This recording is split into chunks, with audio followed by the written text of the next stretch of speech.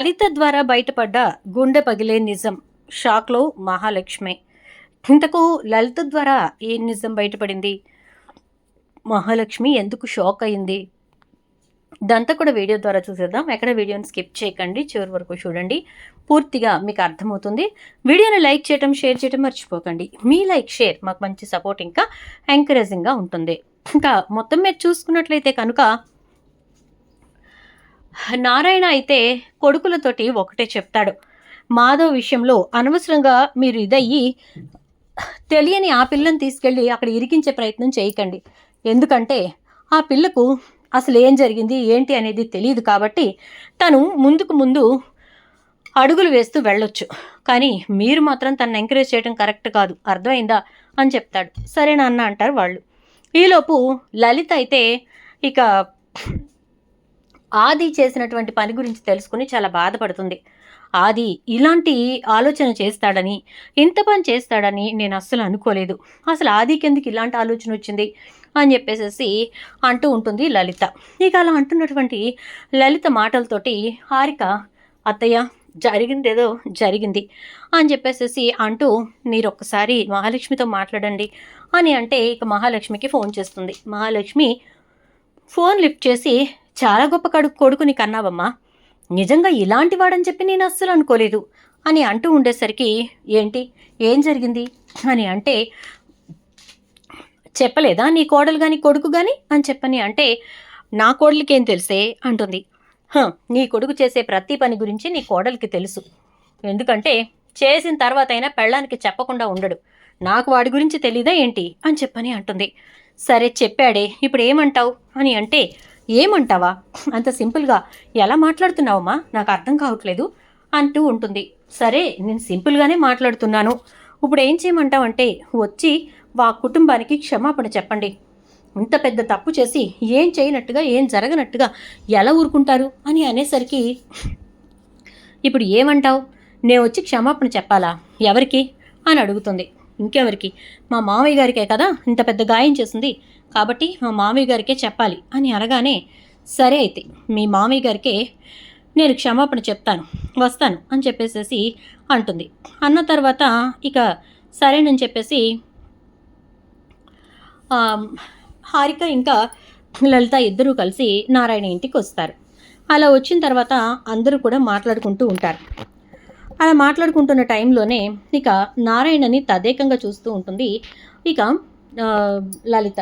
ఏంటమ్మా అంటే, మిమ్మల్ని ఎక్కడో చూశానని నాకు అనిపిస్తోంది అని చెప్పని అనగానే, ఏమ్మా ఎక్కడ చూసినట్టు అనిపిస్తోంది అని అంటే, ఎక్కడో చూశానండి అంటూ ఉండగానే ఇక తను కూర్చున్నటువంటి దగ్గర నుంచి గోడ మీద కరెక్ట్గా నారాయణ భార్య ఫోటో కనిపిస్తూ ఉంటుంది. నిదానంగా లేచి ఫోటో దగ్గరికి వెళ్ళి, ఈ ఫోటో అంటూ ఉంటే తన నా భార్యమ్మ అని చెప్పేసి అనేసరికి, మీ భార్య, ఈవిడ చనిపోయారు కదా అంటే, ఆ ఫోటో అలా చూసి ఎవరైనా చనిపోయారని అంటారు, మీరేంటి డిఫరెంట్గా అడుగుతున్నారు అని చెప్పని అంటాడు నారాయణ. డిఫరెంట్గా కాదు, ఆవిడ కత్తి గాయం వల్ల చనిపోయారు కదా అని అంటే షాక్ అయిపోతాడు నారాయణ. అవును, కత్తి గాయం వల్లే చనిపోయింది, మీకెలా తెలుసు అని చెప్పని అనేసరికి, అవును కత్తి గాయం వల్ల చనిపోయింది అని చెప్పి నాకు తెలుసు అని చెప్పని అంటుంది. అదే మీకెలా అని చెప్పేసి అనగానే ఇక వెంటనే లలిత అయితే, నేను నా కళ్ళతో చూశాను అంటుంది. ఏం చూసావమ్మా అని అడగగానే, నేను చూసింది ఒక భయంకరమైన దృశ్యం. అది చూసిన వెంటనే నేను పోలీసులతో చెప్పాలనుకున్నాను, కానీ నా భర్త నన్ను అసలు ఆ దరిదాపుల్లోనే ఉండకుండా లాక్కెళ్ళి కారులో వేసుకొని తీసుకెళ్ళిపోయాడు అని అంటే, ఏంటమ్మా నువ్వు చెప్తోంది, ఏం మాట్లాడుతున్నావు అని అంటే, అవునండి నేను అప్పుడు మహాలక్ష్మి నా కడుపులో ఉంది. అలా నేను ఆపరేషన్ చేయించుకొని ఇంటికి తిరిగొస్తున్న టైం అది. అలా తిరిగొస్తున్నటువంటి టైంలోనే నాకు చాలా దాహంగా ఉంది అంటే మా ఆయన నా కోసం వాటర్ బాటిల్ కొనటానికని చెప్పి కారు అక్కడ ఆపి వెళ్ళారు. ఆ టైంలో అక్కడ చాలా వరకు నిర్మానుష్యంగా ఉంది. ఒకే ఒక షాప్ ఉంది. ఇక ఆ షాప్ దగ్గరికి వెళ్ళి కారు ఆపుదామంటే అక్కడ ఎండగా ఉంది. అందుకే చెట్టు నీడన కారు ఆపి ఆయన వాటర్ బాటిల్ తేటానికి వెళ్ళారు. ఇక అలా వెళ్ళేసరికి ఒక అతను ఒక ఆడ మనిషిని తరుముకుంటూ వస్తున్నాడు. ఆగు ఆగు, నిన్నేం చేయను, నా మాటకు ఒప్పుకో అంటూ అరుస్తూ తరుముకుంటూ వస్తున్నాడు. ఎవరా అని చెప్పి అలా చూస్తూ ఉండేసరికి కరెక్ట్గా నా కార్ రోడ్డుకి ఇవతలుంది. రోడ్డు అవతల ఆమెని కత్తితో పొడి చేశాడు. ఒక్కసారిగా ఆవిడ అమ్మ అంటూ మెలికలు తిరిగి కింద పడిపోయింది. నిన్ను సుఖపెడతాను అన్నాను, నేను సుఖపడతాను అన్నాను. నీ మొగుడి వల్ల నీకు ఏం సుఖముందో లేదో నాకు తెలీదు. నీతో నాకు చాలా సంతోషం దొరుకుతుందని నాకు తెలుసు. నా పెళ్ళాం సంగతి తెలిసిందేగా, అదొక గయ్యాళి అని చెప్పని అంటూ, ఇక దానికి నువ్వు ఒప్పుకోకపోతే నేనేం చేయాలి అని తనని కత్తి పెట్టి పొట్టలో 4 సార్లు పొడిచాడు. అని అనగానే ఒక్కసారిగా నారాయణ, వాణ్ణి నువ్వు చూస్తే గుర్తుపట్టగలవా అమ్మా అని అంటాడు. అనేసరికి గుర్తుపడతాను, ఆ ముఖం అలాగే నా కళ్ళల్లో ఇంకా మెదులుతుంది అని చెప్పని అంటుంది లలిత. అవునా, సరే అయితే నేనిప్పుడు నీకు ఒక ఫోటో చూపిస్తాను, వాడేనేమో చెప్పు, ఎందుకంటే నా భార్య చనిపోయేటప్పుడు వాడి పేరే చెప్పింది అనగానే చూపించండి అని చెప్పని అంటుంది లలిత. అనేసరికి ఇక అప్పుడు ఒరేయ్ మాధవ, ఆ తాయారు దాని మొగుడు ఫోటోలు నీ దగ్గర ఉండాలి కదా అంటే, చక్రి నీ దగ్గరే ఉన్నాయి, ఒకసారి అంటే చూపించు అని అనగానే ఇక చక్రి ఆ ఫోటోలు చూపిస్తే వీడేనండి, వీడే ఆ రోజున ఆవిడ్ని పొడిచింది అని చెప్పని అంటూ ఉండేసరికి ఇక అప్పుడు ఒక్కసారిగా మాధవ చక్రి అయితే ఏం మాట్లాడుతున్నారు అత్తయ్య అని అంటే, అవును మాధవ, వీడే ఆవిడ్ని కత్తితో పొడిచాడు 4 సార్లు, విలవిలలాడిపోయింది ఆవిడ అని చెప్పని అంటుంది. దాంతో ఒక్కసారిగా మాధవ చక్రి అయితే షాక్ అయిపోతారు. నాన్న, మరి నువ్వు వెళ్ళి జైల్లో ఎందుకు శిక్ష అనుభవించావు అని చెప్పని అనేసరికి, మై సన్స్ మీరు సైలెంట్గా ఉండండి అని చెప్పని అంటూ, చెప్పమ్మా ఏం జరిగింది అంటే, చెప్తాను. అతను 4 పోట్లు పొడిచేసరికి ఆవిడ మెలుతిరిగి పడిపోవడంతో నేను గబగబా కారు దిగి వస్తూ ఉండగా అతను అక్కడి నుంచి పారిపోయాడు. అతని ముఖం నాకు అలా గుర్తుండిపోయింది. మీరు చూపించిన ఇతనే ఆ రోజు తన్ని పొడిచింది. ఇక నేను తన దగ్గరికి వచ్చాను. ఎవరండి మీరు అని చెప్పని అంటూ ఉండగా ఈలోపే మీరు పరిగెత్తుకుంటూ వచ్చారు. మిమ్మల్ని చూసి నాకు భయమేసి నేను వెళ్ళి కారులో కూర్చుని చూస్తూ ఉన్నాను. మీరొచ్చి తన పొట్టలో గుచ్చుకుని ఉన్న కత్తిని బయటకు లాగారు. ఈలోపు అతను వెళ్ళి ఊరి జనాన్నందరినీ పోగేసుకొచ్చాడు. మీకు గుర్తుందా అంటే, అవునమ్మా అంటూ ఉంటే, మీరే హత్య చేశారని చెప్పి కూడా వాళ్ళందరికీ చెప్పాడు కదా అనగానే, అవునమ్మా అని అంటాడు. అప్పుడు నేను నా భర్తకి విషయం చెప్పాను, జరిగింది ఇది, నేను అక్కడ అందరికీ చెప్తాను అని చెప్పని అంటే నా భర్త నన్ను నోరు మూపించాడు. ఎట్టి పరిస్థితుల్లో నువ్వు ఇలాంటి కేసుల్లోకి దూరకు, నీకు అనవసరం, నువ్వు సైలెంట్గా పద అని చెప్పి నన్ను తీసుకెళ్ళిపోయాడు అని చెప్పని అనగానే, అదేంటమ్మా న్యాయం వైపు నిలబడాలి కదా అంటే, నా భర్త న్యాయంగానే ఉండేవాడు, కానీ అప్పట్లో నేనున్న పరిస్థితిని బట్టి ఎట్టి పరిస్థితుల్లోనూ ఇందులోనూ తలదూర్చకూడదు అని చెప్పేసి గట్టిగా చెప్పాడు. చెప్పి ఇక నన్ను అక్కడి నుంచి తీసుకెళ్ళిపోయాడు అని చెప్పని అంటే, అందుకే నాకు వైపు సాక్ష్యం చెప్పేవాళ్ళు లేక నేనే తప్పు చేశానని చెప్పి ఊరి ప్రజలు నమ్మడంతో పాటు ఊరందరూ కూడా నన్ను పోలీస్ స్టేషన్లో పెట్టించారు. భార్యని చంపిన హంతకుడిగా ముద్ర వేశారు అని చెప్పని అంటాడు నారాయణ. అంటే ఇదంతా పురుషోత్తం గాడు చేశాడనమాట. మా తల్లిని తప్పుడు బుద్ధితో చూడటమే కాకుండా ఒప్పుకోలేదని చెప్పి మా అమ్మని చంపాడనమాట అని చెప్పని అంటూ ఉంటారు మాధవ వాళ్ళు. ఇక అప్పుడు లలిత, ఇప్పుడు మీరు గొడవలు పడకండి ప్లీజ్ అని చెప్పని అంటూ ఉంటే, గొడవలు పడమత్తయ్యా, కానీ వాడు తప్పు ఒప్పుకోవాలి. ఏ విషయంగా అయితే ఇప్పటి వరకు మా తాయారత్త మమ్మల్ని అందరి ముందు అవమానించి మాట్లాడుతుందో, ఏ విషయంగా అయితే అందరి ముందు మేము తలదించుకునే పరిస్థితి వచ్చిందో, ఆ విషయం ఏంటి నిజమేంటి అనేది బయటకు రావాల్సిన పరిస్థితి వచ్చింది.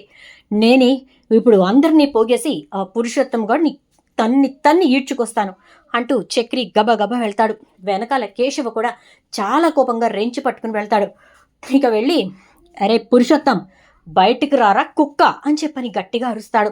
దాంతో ఇక పురుషోత్తం అయితే ఇంట్లో నుంచి బయటకు వచ్చి, ఏంట్రా పిచ్చి పిచ్చిగా ఉందా అని అంటే, ఏంట్రా నీకు మర్యాద ఇచ్చేది, రారా కుక్క, చిత్తకార్తి కుక్క అంటూ ఇక కాలర్ పట్టుకుని ఈడ్చుకుంటూ తీసుకొస్తుంటే, తాయారైతే, ఒరేయ్ మీకేమొచ్చిందిరా, ఏ పోయే కాలం వచ్చిందిరా, మీ చేతులు పడిపోను, ఎందుకురా దేవుళ్ళాంటి ఆ మనిషిని అలా లాక్కెళ్తున్నారంటే, చిన్నోర్మై, వదిన అంటూ ఇద్దరు స్నేహితురాలిగా బాగా తిరిగేవాళ్ళంట కదా, మరి నీ స్నేహితురాలి జీవితాన్ని నాశనం చేయాలనుకున్నా నీ మొగుడు బుద్ధిని పసిగట్టలేకపోయావా అంటే, ఏం మాట్లాడుతున్నావురా నువ్వు అని చెప్పని అంటుంది. రా నా ఇంటికి రా, నీకు నిజం తెలుసుద్ది. ఈ కుక్క నిజం చెప్తాడు రా అని చెప్పానంటే తాయారు గాయత్రిని తీసుకుని మా నారాయణ ఇంటికి వెళ్తుంది. ఇక అక్కడికి వెళ్ళిన తర్వాత ఇక పురుషోత్తంని తీసుకొచ్చి నేల మీద పడేసి నిజం చెప్పరా, చెప్పు అంటూ ఉంటే, రే ఏమైందిరా మీకు, ఏం నిజం చెప్పాలి నేను అంటూ ఉండగానే ఎదురుగా ఉన్న లలితాదేవిని చూస్తాడు. లలితని ఆ రోజు పురుషోత్తం క్లియర్గా చూస్తాడు. అందుకే లలితని బాగా గుర్తుపెట్టుకుంటాడు. ఇక లలిత వీళ్ళందరికీ నిజం చెప్పిందా ఏంటి అనుకుంటూ ఉండగా ఇక అప్పుడు చెప్పరా, నిజం చెప్పు అని నారాయణ పురుషోత్తం కాలర్ పట్టుకుని పైకి లేపేస్తూ ఉంటాడు.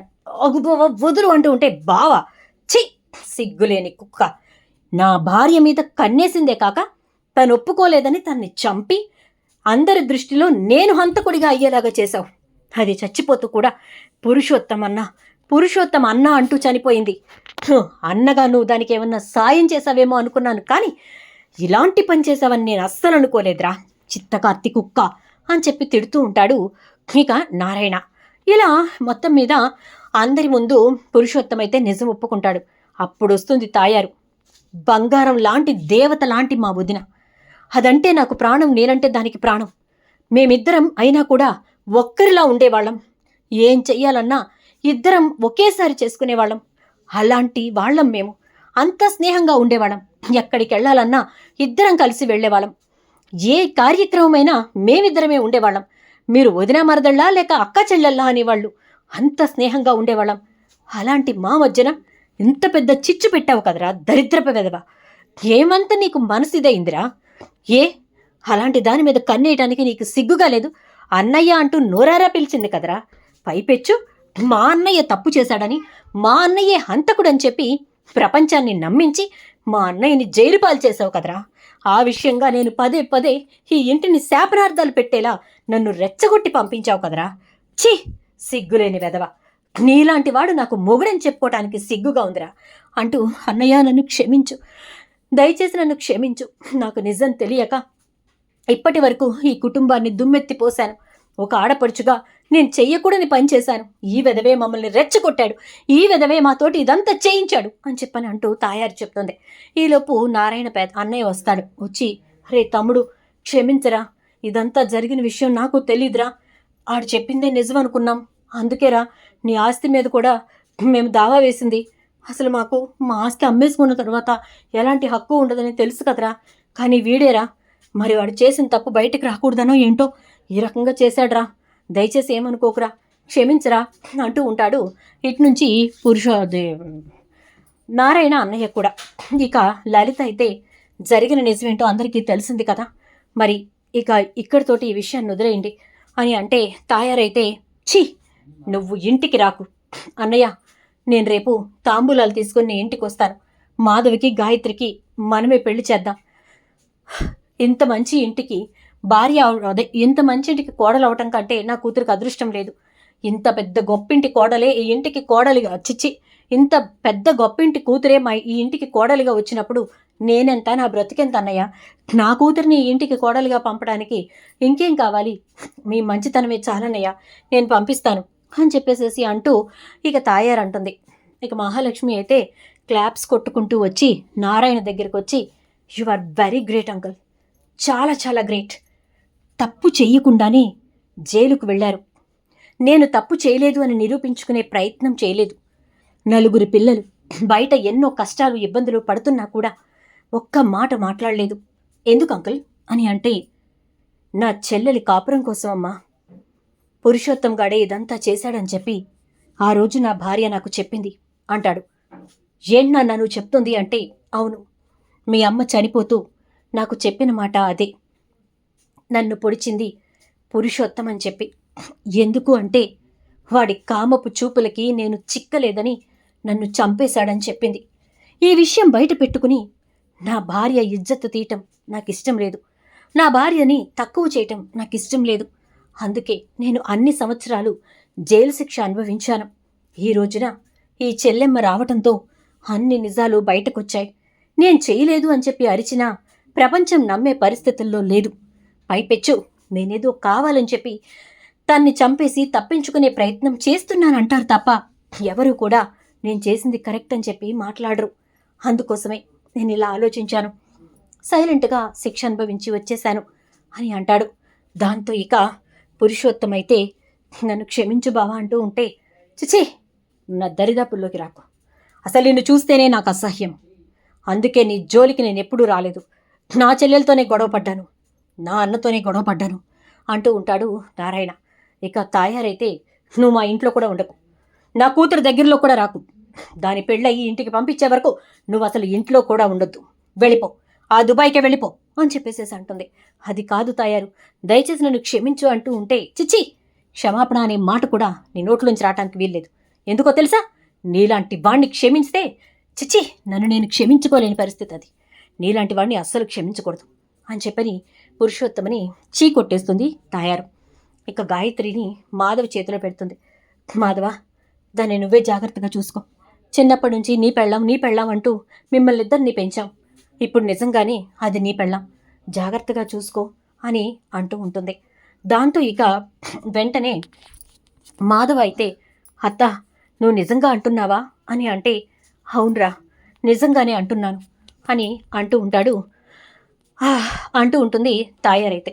ఇక మాధవ గాయత్రి వంక చూస్తూ, మన ప్రేమ స్వచ్ఛమైంది గాయత్రి, అందుకోసమే మన ప్రేమను నిలబెట్టుకోవడానికి మనం చాలా చక్కగా ప్రయత్నం చేస్తున్నాం, అంతేకాదు మన ప్రేమను నిలబెట్టుకోవాల్సినటువంటి బాధ్యత కూడా మనకుంది, అందుకోసమే ఇదంతా కూడా అని చెప్పేసేసి అంటూ ఇక అన్నటువంటి మాటలతోటి ఇక మాధవ మాటల్ని గాయత్రి సరే అని చెప్పి తలూపి మాధవ్ పక్కకు వచ్చి నుంచుంటుంది.